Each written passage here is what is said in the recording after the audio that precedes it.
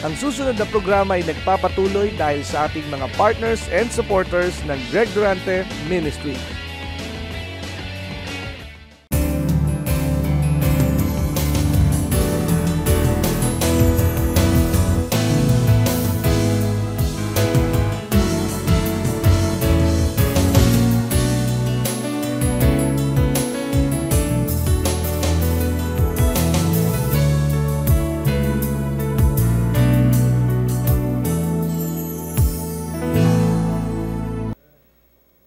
Wala pong exempted dito sa tukso. Lahat tayo idadaan. Wala ring exempted sa mga krisis. Lahat po tayo idaraan. At titingnan kung sino ang magpapatuloy na nagtatapat sa Diyos. Kaya sabi ng hari, Daniel, buhay ka pa ba? Iniligtas ka ba ng Diyos mong matapat mong pinaglilingkuran? Opo, mahal na hari, ako'y tapat sa Diyos at tapat sa inyo. Pinigilan po at itinikom ng mga anghel ang bibig ng mga leon. At tuwan-tuwa ang hari. Kaya nais kong ipaunawa sa inyo, faithfulness and loyalty to God, please, punlarin po natin sa ating buhay. Maglingkod tayo sa Diyos. So, pagmasdan po natin, as the latter and former rain unto the earths. Tingnan po natin sa Joel. Joel chapter 3. O chapter 2 verse 23. Mamarkahan po natin ang Hosea 6:3. Be glad then, you children of Zion, and rejoice in the Lord your God. For He hath given you the former rain moderately, and He will cause to come down for you the rain, the former rain, and the latter rain in the first month. So pansinin po natin dito, ang inuna rito ay the former and the latter. Yung nagdaang ulan at yung nangyayaring ulan ngayon. O yung darating na ulan sa kinabukasan. Yun pong latter is about the future. Pero pansinin po natin, napansin ko ito habang aking binubulay itong mensahe. The former rain and the latter rain. At ating tingnan naman sa book of Hosea 6:3. At napansin ko ang pagkakaiba. As the rain, as the latter, and former rain. So ano naman ang una? Yung ulan na darating sa kinabukasan, tapos yung dating ulan. So ano po ang pagkakaiba? May pagkakaiba ba yung nakita ni Joel na propeta at yung nakita ni Hosea na latter and former at yung kay Joel ay former and latter rain? Kaya nga kung atin pong uunawain, yung kay Joel ay tumutukoy po doon sa kabutihan ng Diyos nung iligtas ang kanilang mga ninuno mula sa Ehipto patungo sa pangakong lupa. At yung kay Hosea ay tumutukoy sa pagkaparusa sa kanila for 2,000 years. Subalit, pansinin po natin the latter and the former rain. Darating po yung pangwakas na ulan at magaganap din yung unang panahon na ulan. Nang ibig sabihin, ito po'y tumutukoy pareho, yun sa Joel ay revival at yun sa Hosea ay revival. Because God will revive His people. Amen. Hallelujah. So if the people of God is revived, there will be transformation. Ano po ang transformation? Pagbabago ng isipan. Kaya pag nabago po ang iyong isipan, there will be awakening and there will be outpouring of grace, outpouring of goodness, outpouring of the favor of God. Ano po yung outpouring? Ibubuhos pong parang ulan sa iyo. Magugulat ka na lang na ikaw na umiiyak ng 20 taon na ikay palayain sa kakapusan sa pera, biglang uulan ng maraming pagpapala sa iyong buhay. Hindi ko alam kung paano mangyayari ito, pero ako'y naniniwalang sa Diyos walang imposible. Amen po ba? Ngayon, hindi ka po titingin doon sa buhos ng pagpapalang yun, titingin kay sa Diyos na pinagbubuhatan ng lahat ng pagpapala. Baka naman ang gawin mo tuwing umaga na lang ay kay tamad na lamang na nakaupo, hindi ka lumalabas ng bahay at hinihintay mo yung pagbuhos ng former and latter rain. Hindi po ganon. Ang bubuhusan po ay yung gumagawa sapagkat ang tamad hindi pinakakain ng Diyos. Hello, ang tamad ay pinarurusahan ng Diyos. 3 binigyan ng talento, ang isa ay 5 at ang isa ay 2. Trinabaho nung unang 2. Naging 10 yung 5 talento. Naging 4 yung 4 na 2 talento. At yung tamad, itinago yung 1 talento. Hindi ginamit. Kaya kung titingnan po natin, ito po ay sukatan ng salapi. Pero tingnan po natin ang talento. Ikaw po'y may talento, kaya hindi pwedeng maghirap ka. Ginagamit mo ba yung talento? Kaya sa bawat pagtuturo, a desire must be created. Because the need was created. Yun pong pangangailangan ay dala na ninyo. Pero kailangan, hindi yung iyong kailangan ng ating pagkukulan ng pansin. Ang pagkukulan natin ng pansin ay yung hangarin ng Diyos sa iyo. At ang hangarin ng Diyos, ikaw ay pagalingin. Ang hangarin ng Diyos, ikaw ay pagpalain. Ang hangarin ng Diyos, ilagay ka sa mataas na kalagayan. Kaya kailangan magkaroon ka rin ng hangarin katulad ng sa Diyos. Sapagkat pag nagkasundo ang hangarin ng Diyos at ang hangarin mo, iuutos ng Diyos ang pagpapala. Amen po ba? Kaya nga unawain nating mabuti, it is a matter of time. Dahil hindi ho pwedeng oras natin. Kailangan pong oras ng Diyos. At ang bawat bagay sa takdang oras ng Diyos ay maganda. Amen. Tingnan mo ang iyong katabi. Kaya tuwing umaga, sabihin mo sa kanya, ialay mo ang iyong katawan. Amen. Ialay mo ang iyong bahay. Ialay mo ang iyong kayamanan. Ialay mo ang iyong sasakyan. Ialay mo sa Diyos ang lahat. At sabihin mo, ito po'y sa iyo lahat. Amen po ba? Amen po ba? Kaya nga kung atin pong uunawain, ang Diyos po ang masusunod, hindi tayo. Kaya hindi po ako nai-stress. Ang yabang mo naman, pastor. Ano ba ang stress? Alalang-alala ka kung paano ka tatanggap ng pambayad. Ba mamamatay ka agad pag inabangan mo yung pambayad? Eh, ang sabi rito, wait upon the Lord. Hindi sinabing wait upon the money to pay your debts. Hindi po ang sinabi, abangan mo yung Diyos. Sapagkat ang Diyos ang may dala ng pambayad mo sa iyong mga utang. Amen. Hallelujah. Amen. Pagkagising sa umaga, hanapin mo yung mukha ng Diyos. Amen? At ang mukha ng Diyos ay makikita mo sa iyong kapamilya. Nakukuha niyo po. If you love God, you will love your neighbor. And the nearest neighbor is your spouse. Ang pinakamalapit mong kapwa-tao ay ang iyong asawa. Ulitin kong muli, hindi narinig ng marami. Ang pinakamalapit mong kapwa-tao ay ang iyong asawa. How you treat your spouse.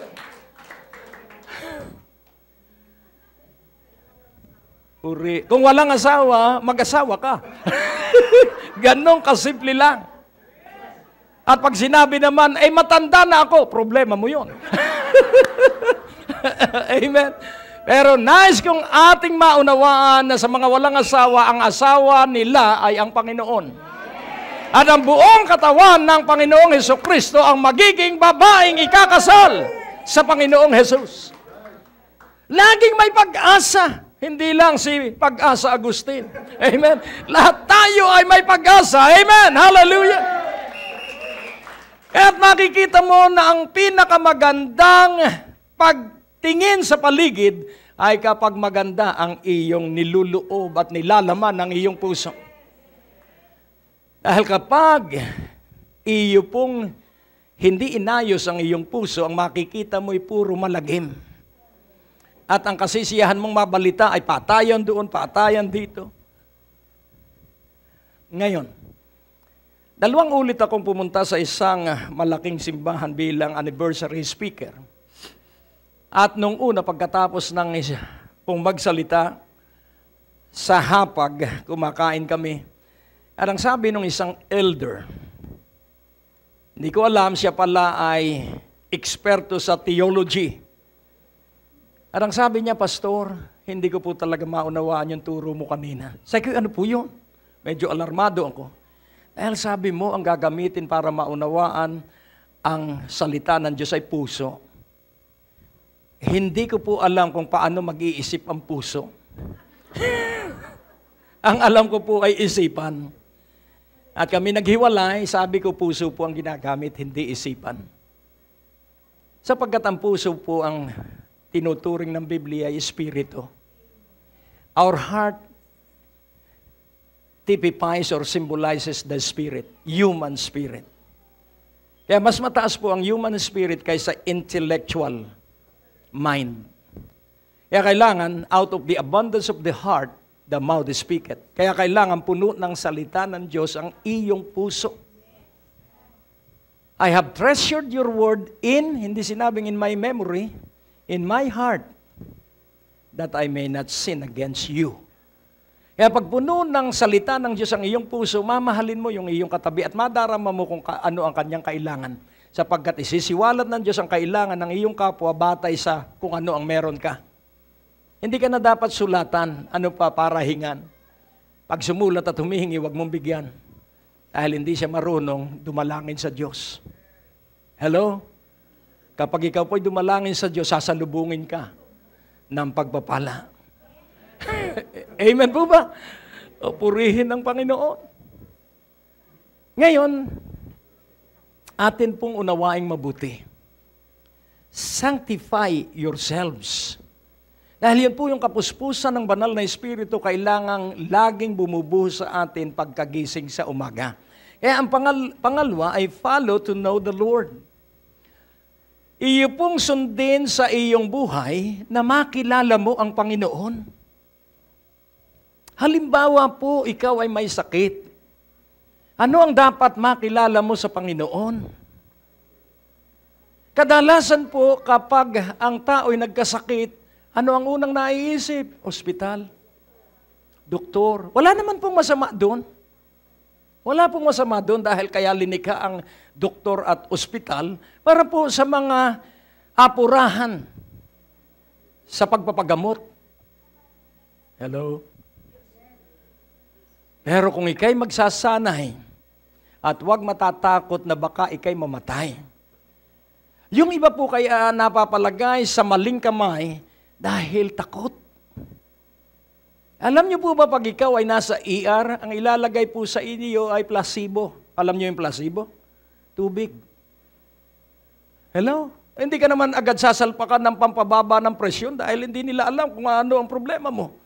Pero kadalasan po, ang pagtaas ng blood pressure ay takot na baka kung ano na yung nangyayari sa kanya, na baka siya ay may appendicitis, baka siya ay may tumor sa baga, baka siya ay may tumor sa utak dahil sa puro baka po yung tao.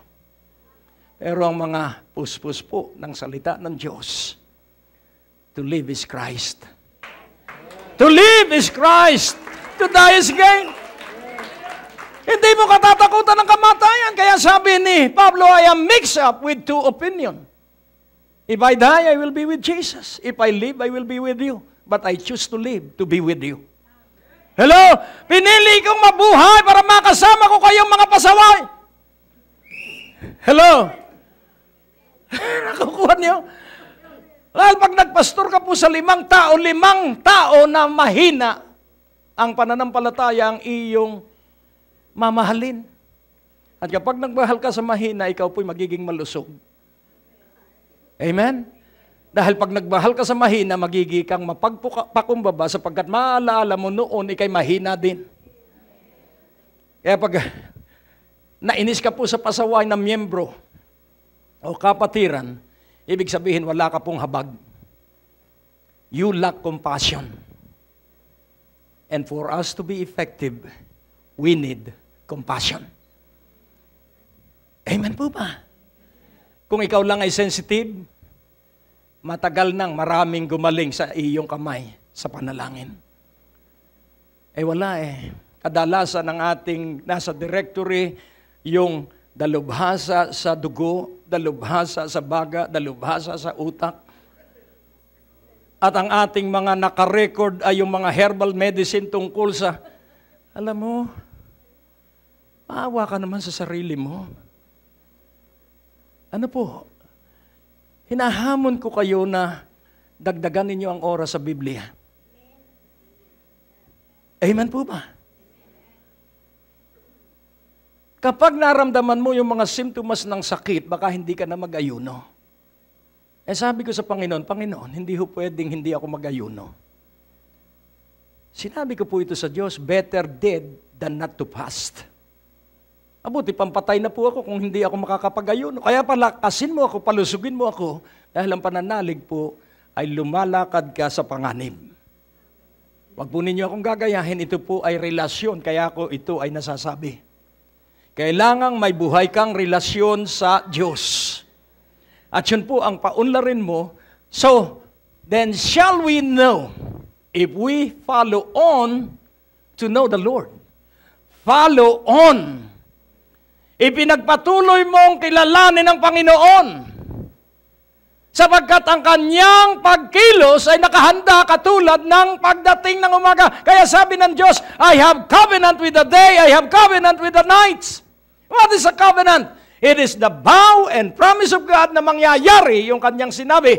Kaya pag sinabi niyang araw at gabi, darating ang araw, darating ang gabi. Sa inyo po bang lugar sa inyong barangay ay hindi dumating ang gabi?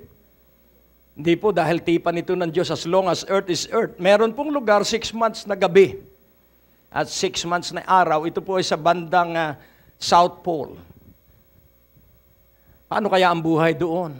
Huwag mo nang alamin pa sapagkat inihanda sila ng Diyos para doon. Amen? Sasabihin mo mahirap. Ay hindi. Sila ang patirahin mo dito at mahirap din sa kanila.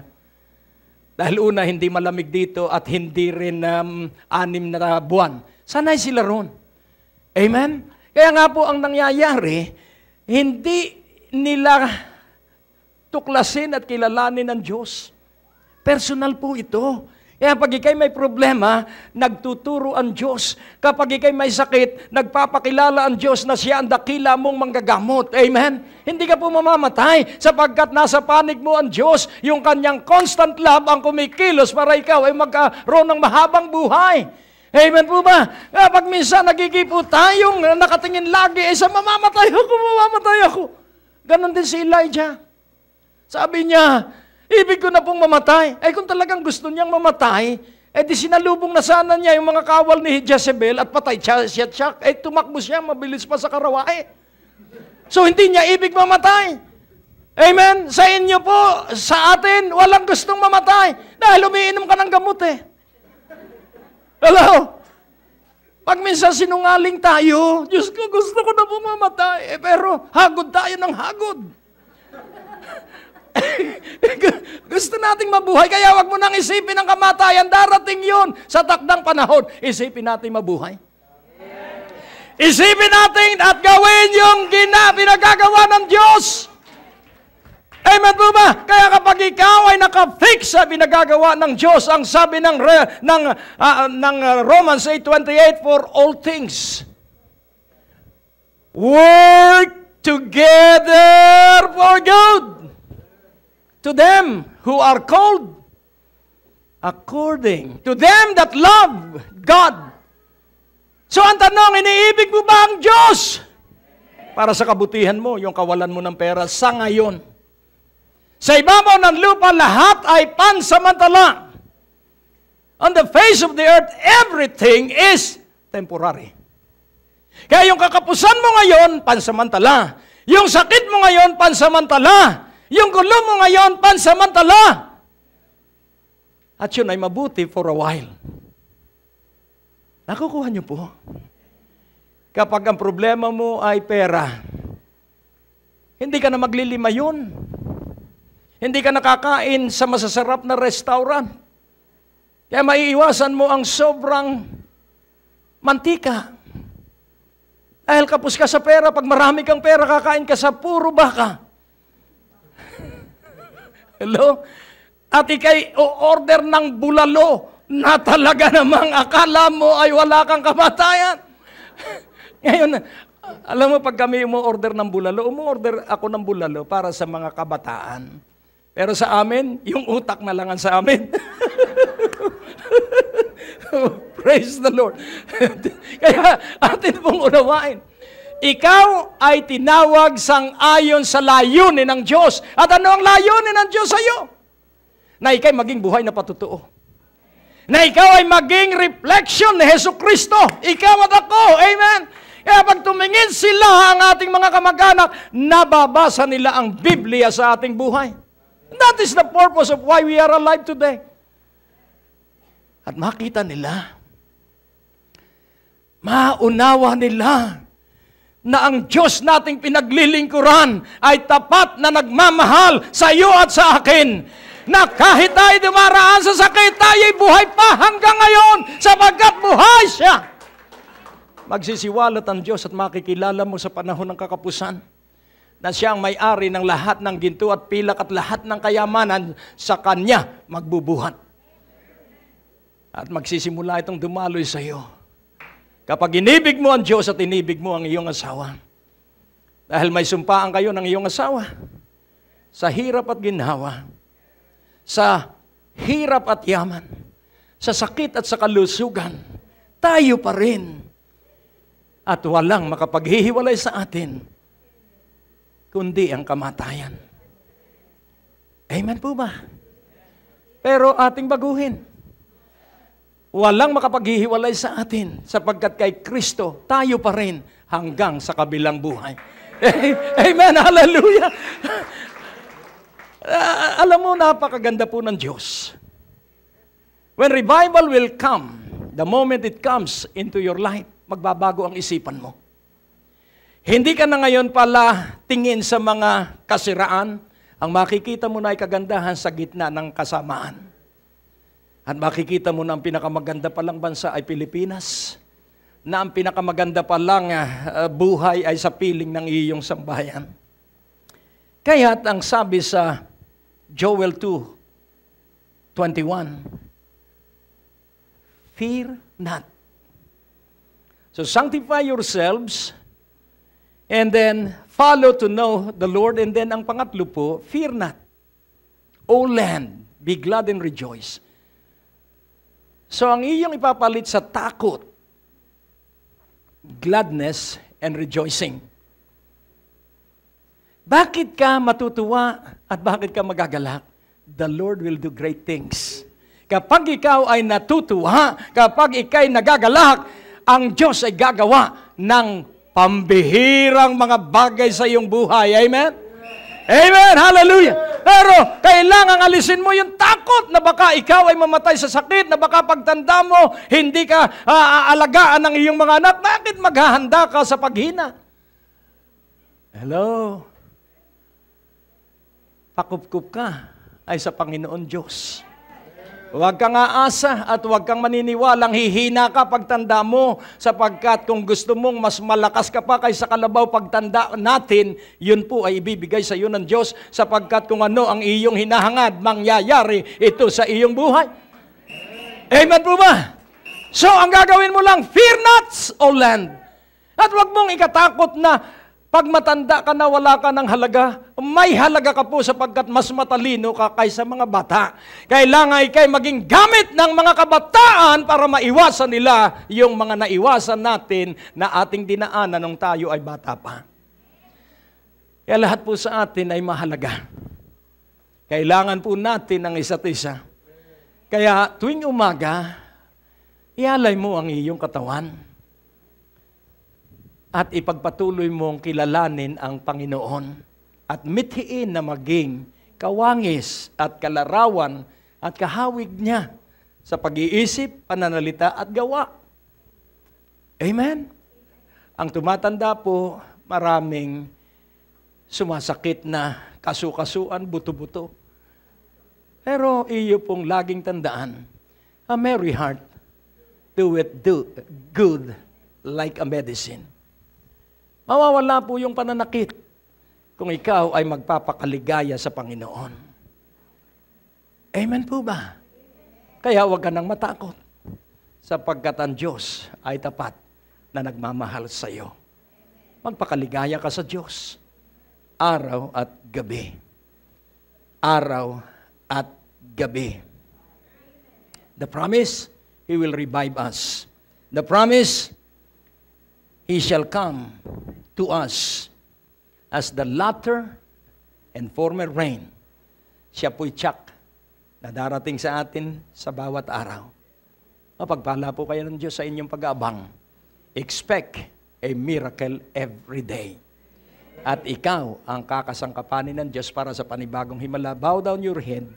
O Diyos na dakila, amang makapangyarihan. Salamat, buhay ka, at buhay ang iyong salita. At aming gagawin na maialay namin ang aming buhay araw-araw para maranasan namin ang iyong dakilang banta na gagawin na mga kababalaghan sa aming gitna. Sa pangalan ni Jesus at ang bawat isa ay nagsabi ng Amen at sumigaw, ako'y pinagpala. God bless you. Ang natapos na palatuntunan ay nagpapatuloy dahil sa inyong mga pinansyal na kaloob na ibinibigay sa Greg Durante Ministries. Tapos na naman po ang ating palatuntunan at nais po naming makarinig mula sa inyo. Maaari po kayo sumulat sa PO Box 4135 Manila o mag-text sa mga numero na nakikita nyo sa ating screen o tumawag sa mga telepono na inyo pong nakikita din sa ating mga screen at handa po kaming makarinig mula sa inyo ng patotoo ng pagpapala at biyaya at tagumpay. At kung kayo po ay napagpala sa palatuntunan ito, maaari nyo pong ipadala ang inyong mga kaloob sa iba't ibang sangay ng Bangko de Oro sa buong Pilipinas at maihatid ang mabuting balita sa lahat ng panig ng bansang Pilipinas. At kung kayo po ay wala pang dinadaluhang panlingguhang gawain, inaanyayahan po namin kayo sa 2nd floor, Medicor Building, Ortigas Avenue, Green Hills, San Juan, alas 9:30 ng umaga at alas 4:30 ng hapon. Lahat po ay welcome sa gawain ito. At tuwing araw ng Biyernes, meron po tayong Night of Revival sa ganap na alas 6 ng gabi. Dito rin po sa Green Hills, San Juan. Magsama-sama tayo sa palatuntunan ito sa ganito rin pong oras at patuloy ninyong maranasan ang biyaya at kasapatan ng ating Panginoon, and it's always a great day to live.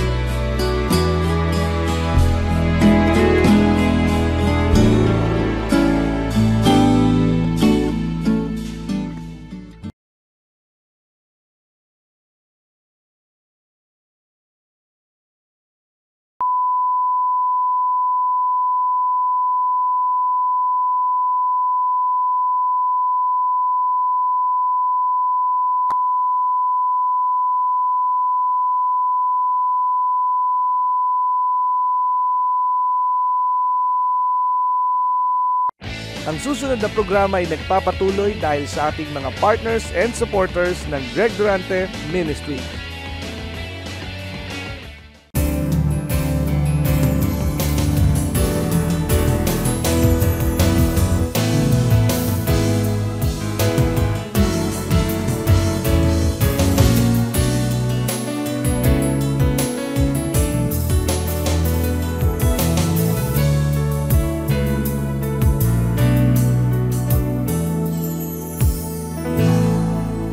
Ikaw ay dumaraan ng mga kalituhan at kaguluhan. Maaaring hindi mo maunawa kung bakit hindi pa nangyayari yung iyong inaasahan. At dahil ibig mong maranasan na mangyari yung iyong inaasahan, kapag may bumulong sa iyo at sinabi na sumama ka lang dito sa aming grupo, at ikaw ay yayaman. At napakaliit lang ng halaga. At 200 lang, pumirma ka lang at kasama ka sa mamanahin. O kaya bumili ka ng loto dahil 200 million na ang tatamaan. That is exploitation. Pero kung atin pong uunawain, meron pong positibong ibig tukuyin ng exploitation. Paano natin sisirain ang panlilinlang ni Satanas? By the covenant. Hello? So if you know your God, meaning if you know God's covenant, you will exploit Satan's deception. You will destroy Satan's deception in your life. Nakukuha niyo po? And what is the covenant of God? The covenant of God is to make you strong bodily, make you wise, make you prosperous, make you healthy, make you wealthy. And that is the covenant of God to Abraham, Isaac, and Jacob. And then to us, through Jesus Christ and through His blood, God covenanted with us. If you believe Jesus, you will be co-inheritor with Him. Kapag sumampalataya ka kay Jesus, ikay kasama niyang tagapagmana. That is covenant. Amen? Kaya kung naniniwala ka na kay Hesus Kristo, ikay tagapagmana. At para makagawa ka ng mga pambihira, kailangang paniwalaan mo ang tipan ng Diyos.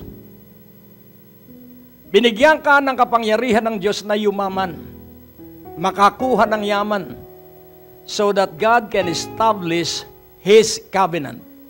So, aling muli ang pinagtutuunan ng Diyos? Yung kanyang tipan. Kaya pag alam mo ang tipan ng Diyos sa iyo, hindi ka po madadaig ng krisis. Aangat ka po sa pagdaan mo sa krisis, sapagkat alam mong iniibig ka ng Diyos. Amen po ba? Kaya nga ating unawain, hindi ka naririto para magmakaawa sa Diyos. Dahil tayo kinaawaan na sa Diyos. Kinaawaan na tayo ng Diyos. So tayo naririto para paniwalaan natin yung kabutihan ng Diyos sa iyo at sa akin. Tama, yung kay Sister Pag-asa, na nakita niya, ang isang himala, pag gumising ka ng umaga at ikay buhay, himala yun ng Diyos. Amen? Oh, purihin ng Panginoon. Kaya kung pagkagising sa umaga, tayo mag-aalay ng pagpapasalamat sa Diyos, bukas ng umaga, magigising ulit tayo. Dahil gusto ng Diyos yung mga nagpapasalamat sa Kanya. Amen po ba? Kaya nga pag ikay laging nagpapasalamat, mawawala ang pagtingin mo sa bumababa mong timbang o tumataas na timbang. At ikaw ngayon titingin sa Diyos na laging nagbibigay ng karagdagang araw at oras sa iyong buhay. Amen po ba? Kaya po marami ang nasa stress dahil nakatingin lagi sila sa pera nila. Ako po, kung hindi nauubos ang pera ko, hindi makapagbibigay ang Diyos ng panibago. Hello? Paano ka mananalangin wala kang pera, ay may pera ka pala? Ang ibig ko po sabihin, ay ang Diyos ay palaki ng palaki ang gusto niyang gugulin sa pamamagitan mo. Kaya nga unawain natin. Ngayon baka sabihin naman ninyo, hindi pala ako dapat mag-ipon. Hindi po yun ang ibig kong sabihin. Meron ka pa ring iipunin. Pero nais kong inyong maunawaan na pabor sa ating lahat ang Diyos. Nasa panig nating lahat ang Diyos.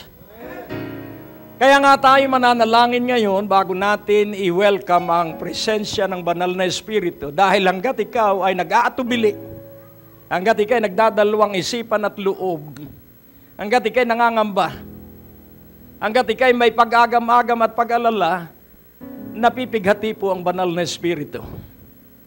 Kaya sa lahat ng inyong pangangailangan nating ipaalam sa Diyos.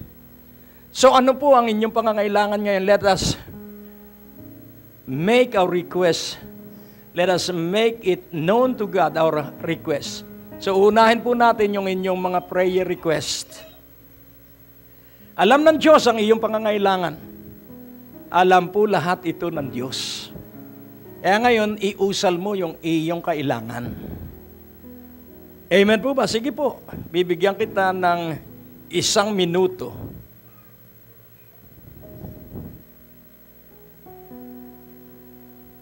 Basta laging tandaan mo po, alam ng Diyos yung iyong kailangan.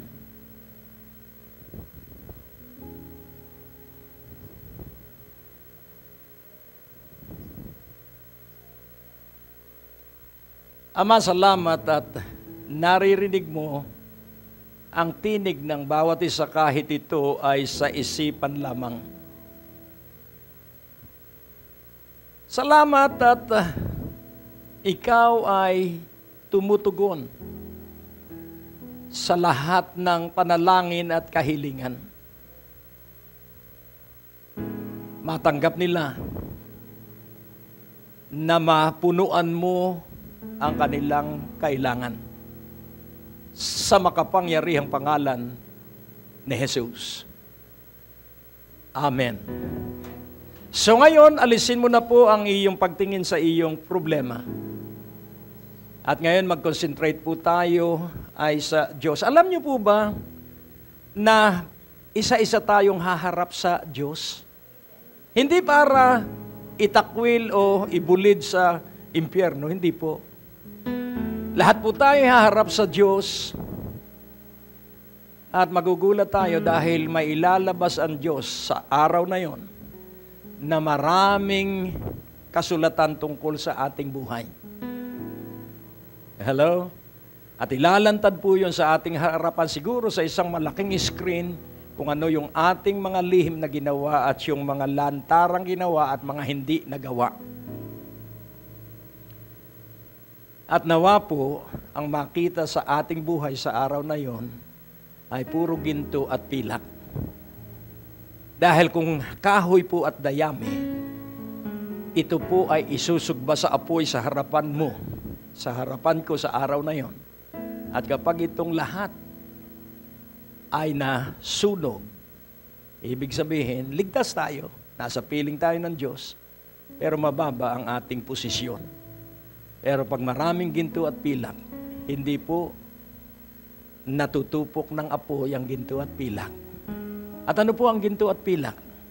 Tatanungin kita, bakit ka narito?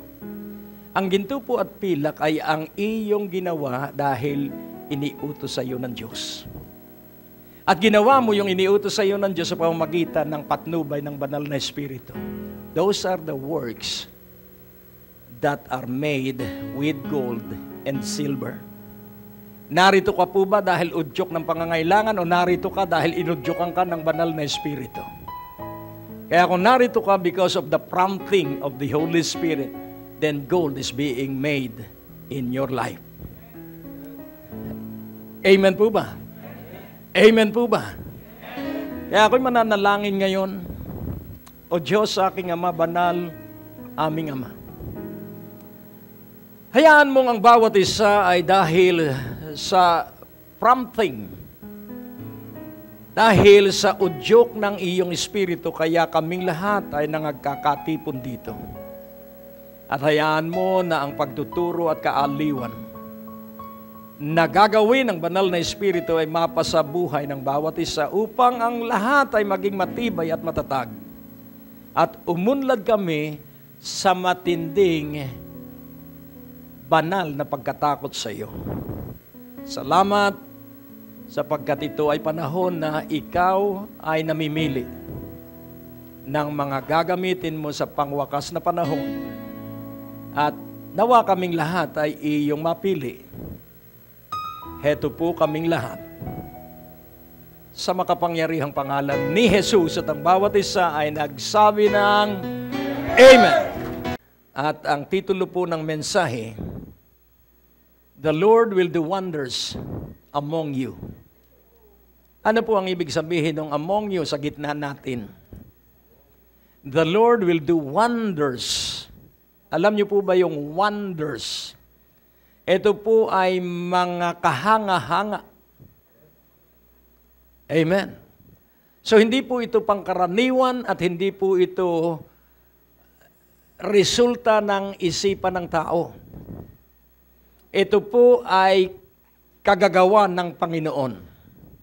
So the Lord will do wonders among you. Kaya nga po, dapat natin itong paniwalaan sapagkat tayo po ay nasa 60 days ng pag-aaral about what? About transfer of wealth. At ang transfer of wealth po, any day po yan. As long as you believe and are expectant. Basta, bawat isa ay makakaranas ng paglipat ng kayamanang mula sa makasalan at masama, lilipat sa mabuti at matuwid. Amen po ba? Kaya nga ang mabuti at matuwid, ang unang gagawin mo ay pakikipag-ibigan sa Diyos. At ang pangalawang gagawin mo, magpakaligaya ka, ay sa lalaki o babaeng iyong pinakasalan. Wala pong other party involved. Amen po ba? Dahil yun po ay isa sa requirements para po sa makapangyarihang pagdaloy ng mga biyaya at pagpapala ng Diyos. Sa Joshua chapter 3 verse 5. So atin pong laging hahangarin na maranasan natin yung kamanghamanghang kilos ng Diyos. And Joshua said unto the people, sanctify yourselves, for tomorrow the Lord will do wonders among you. Sanctify yourselves, colon. Ano po ang ibig sabihin ng sanctify yourselves? So, iyong ihiwalay ang iyong sarili, wala kang iisipin kundi ang Diyos at wala kang paghahandaan kundi ang pakikipagtagpo sa Diyos. Amen po ba? Kailangang ang buong buhay natin ay sabik sa Diyos. Araw at gabi, kasabikan natin ng Diyos. For tomorrow, the Lord will do wonders among you. Sapagkat bukas, ang Diyos ay gagawa ng kamangha-mangha sa inyong gitna. And then sa verse 5, verse 5 na, sa Hosea 6:2. Hosea 6:2. After 2 days will He revive us. In the third day, He will raise us up, and we shall live in His sights. Pansinin po natin, ang kinakausap dito ng Diyos ay ang mga Hudyo. At kung titingnan po natin, ang 1,000 years with people is only as 1 day with the Lord. So 2 days, kung atin pong i-compare yun sa 1,000 years, 1 day with the Lord, so yung 2 days po ay tumutukoy sa 2,000 years. Sapagkat tandaan po natin sa Romans 9, Romans 10 and 11, makikita po natin na naparusahan ang Israel. And for 2,000 years, hindi nila kinikilala si Jesus na Mesiyas. So revival will come to Israel after 2,000 years, beginning nung ang Panginoong Hesukristo ay mabuhay na maguli. Kaya malapit na po ang rapture day. Dahil kapag nabuo po yung 2,000 years, kung paano ang computation, hindi ko po alam. Pero pag nabuo po yung 2,000 years, then God will revive Israel once again. Hello? And the third day, pansinin po natin yung third day, another 1,000 years. So hindi po natin alam after rapture kung ano yung sukat ng mga panahon na darating pa. Pero hindi po ang mahalaga yung haba ng taon, o kung ilang taon, o kung ilang araw. Ang mahalaga po ay maghanda tayo sa rapture day. Amen po ba? Sapagkat ang mga hintil na tinanggap sa Jesucristong kanyang tagapagligtas at Panginoon ay aalisin sa ibabaw ng lupa. To make way for Israel once again. Kaya nga po ating unawaing mabuti dahil ito po ay napakahalaga at nakakonekta dun po sa oil and wine. Ngayon natin pong unawain. Kaya kailangang laging nakaalay ang iyong buhay. Romans 12:1, I beseech you therefore, brethren, to offer, by the mercies of God, to offer your bodies as a living sacrifice, holy, acceptable unto God, which is your reasonable service. So, ang makatwirang paglilingkod natin sa Diyos ay ang laging ialay natin ang ating katawan, banal, tanggap ng Diyos, at alay natin sa Diyos. Ialay natin ang ating katawan bilang isang haing buhay, banal, tanggap ng Diyos. At ito ang ating makatwirang pagsamba. Yun pong reasonable service ay, that is worship. Kaya sa umaga pa lang, pag inialay mo ang iyong katawan, ikaw ay sumasamba na sa Diyos. Kaya ating unawaing mabuti. And then sa verse 3 ng Hosea 6, Hosea 6:3, then shall we know, if we follow on to know the Lord, His going forth is prepared as the morning, and He shall come unto us as the rain, as the latter and former rain unto the earths. So pansinin po natin, dito po sa Hosea 6:3, kapag kinilala ang Diyos at tayo'y sumunod para kilalanin ang Panginoon, malalaman natin na ang kanyang pagdating ay nakahanda na, katulad ng pagdating ng umaga. Wow! Tiyak po ang pagbabalik ng Panginoon. Amen po ba? Kaya kailangang merong 3 bagay tayong gagawin. Dahil ang huling panahon na kasalanang makikita natin sa daigdig, ang unang kasalanan ng times of the near coming of Jesus Christ, ang murder po will be rampant. Yung pagpatay po, yan po ay mangyayari sa buong daigdig, sa lahat ng panig ng daigdig. Ang pangalawa po ay drugs and sorcery. Ang pangatlo po ay immorality. Makikita natin na maraming lalaki at babae ayaw nang magpakasal. Hindi na raw kailangan. And then, ang pang-apat, ano ang pang-apat? Ano po ang pang-apat na kasalanan sa huling panahon? Ang pang-apat po, after immorality, ano po yung pang-apat? Thievery and robbery. Yun pong thievery ay pang-uumit. Yun po yung pumapasok sa manhole papunta sa pawn shop. That is thievery. Yun namang robbery, yung papasok sa bangko na may baril. That is robbery. Nangyayari po ba sa ating panahon? So, ibig sabihin natin sa huling panahon na tayo. Amen? So, ano ang ating gagawin? Ano ang ating gagawin para hindi tayo? Tandaan po natin na ang tao ay nakatuon sa pride and pleasure. Makasariling hangarin para sa kanilang kasiyahan. Kailangan pong tayo hindi ganon. Amen? Kailangan pong tayo ay naghahanda sa pagbabalik ng Panginoon. Kaya kailangan araw-araw, mag-ingat ka kung ano ang iyong tinitingnan at tinititigan. Paano po ba ang pagtingin? Napatingin kang ganon, tingin lang. Pero pag tinitigan mo, doon po nagkakaroon ng tukso.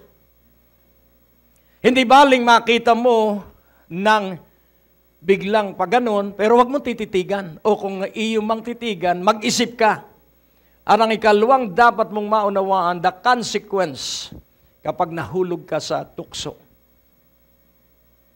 Hello? Kapag tayo nahulog sa tukso, unang-una, sira ang ating pamilya. Kung pastor, sira ang ministeryo. Marami pong consequences ang pagkahulog sa tukso. So paano natin maiiwasan dahil nasa paligid natin ang mga babaeng sexy, mga lalaki. At nasa paligid ng mga babae ang mga lalaking nagpapaganda ng kanilang katawan. So ano ang ating gagawin para hindi tayo mahulog sa tukso? Ang tukso po ay habang tinitingnan, nadidevelop po ang pagnanasa. Kaya ang ating gagawin, paunlarin natin ang ating paggalang at pagsamba at pag-ibig sa Diyos. Yun po ang pangatlo na dapat nating gagawin. Kailangang maging maalam po tayo sa Diyos at sa Kanyang salita. I lift up my head.